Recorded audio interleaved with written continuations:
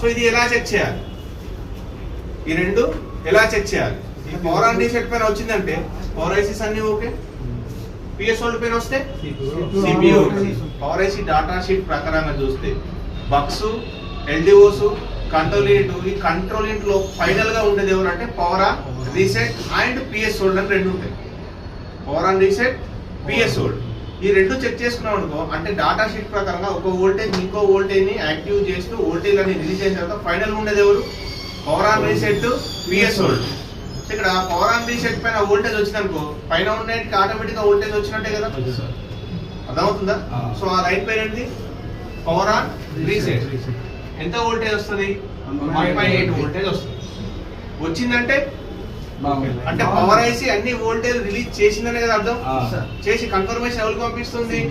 సిపికి పంపిస్తుంది. అంటే దీనిపై నీకు 1.8 వోల్టేజ్ వస్తుందంటే పవర్ ఐసీస్ అంతా ఓకే ఉన్నట్టే కదా, అర్థమవుతుందా? మీకు నేను డాటా షీట్ చూపిస్తా, దాని ప్రకారంగా చూసి మీకు క్లియర్ గా అర్థమవుతుంది. సో ఇక్కడ 1.8 వచ్చిందంటే నీకు బక్స్, ఎల్డిఓస్, కంట్రోల్ టోటల్ బాగుంది విత్ క్రిస్టల్ తో సహా.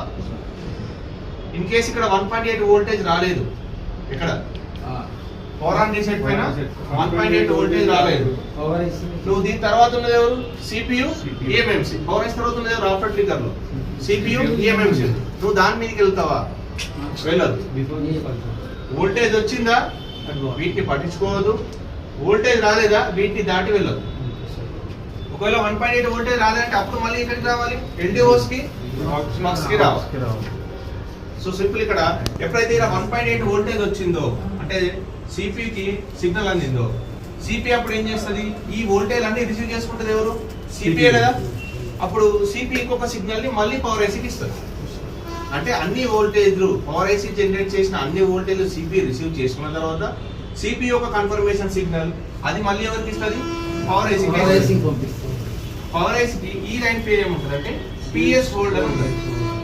అంటే సిపి ఏం చేస్తుంది? అన్ని వోల్టేజ్ రిసీవ్ చేసుకున్న తర్వాత ఒక కన్ఫర్మేషన్, అంటే నువ్వు రిలీజ్ చేసిన వోల్టేజ్ అన్ని కూడా నాకు వచ్చేసినాయి అని చెప్పి కన్ఫర్మేషన్ సిగ్నల్ మళ్ళీ కంట్రోల్ ఏంటంటే పవర్ ఐసీకి ఇస్తే అప్పుడు ఈ లైన్ లో మళ్ళీ వోల్టేజ్ ఉంటుంది. ఎంత వోల్టేజ్?